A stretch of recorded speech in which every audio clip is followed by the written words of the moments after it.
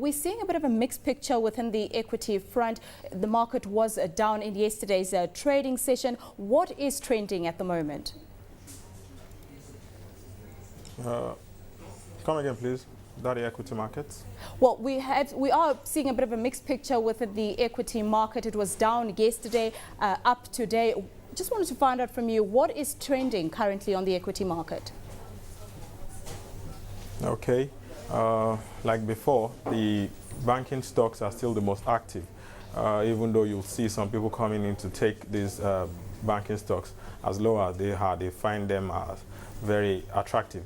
And then you see people, setting entry points, because when some investors and speculators buy and then wait for a while, maybe when some news is about town, about some new innovation with some bank having some new form of product or some milestone, you find people taking profit instead of staying in long. So we have a lot of speculators who play on the short term in the equities market. As for other stocks or other sectors, we've seen Nigerian Brewery Guinness do very fine too. And then you notice that after a while of staying with high prices, you see people sell down to take profit. Basically, it has to do with the level of confidence, like we've said before. There's a lot of attraction to other securities right now, which is the fixed income market, because of the level of stability you find in the interest you're making on those ones, please. Now, looking at the fixed income market, when you look at the yields currently on the secondary market, in light of the recent indefinite postponement of February's bond auction, this despite the maturity on the 23rd of February's the bond that's supposed to mature on that day. Okay. This month there will be maturities of about 35 billion worth of bond. Ordinarily, going by the calendar of the DMO, they were supposed to issue over 70 billion for this month, but we've seen the notification from them, telling us of the postponement, and then we don't have a date for the issuance of these bonds.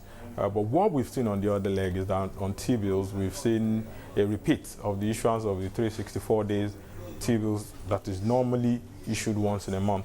It was done on the 9th, and then we're going to have it on the 23rd again. And so it looks like they're diverting their interest from the long-term form of borrowing to the shorter term, such that when these maturities come, you can then take advantage of cheaper rates of borrowing. That's speaking for the government here. Basically, it looks as if they're going to cap the amount they're issuing on bonds, and then this in itself has had an effect on trading in the secondary market. Basically, most speculators and investors are trying to buy bonds above the yield of 16, because even in the T-bills market, we've seen decline of yields to a level of 15, basically, as it's obvious that the government will, they are concerned of the cost of borrowing right now. The government has said they are willing to borrow funds from the external, that's from IMF, worth about $7 billion.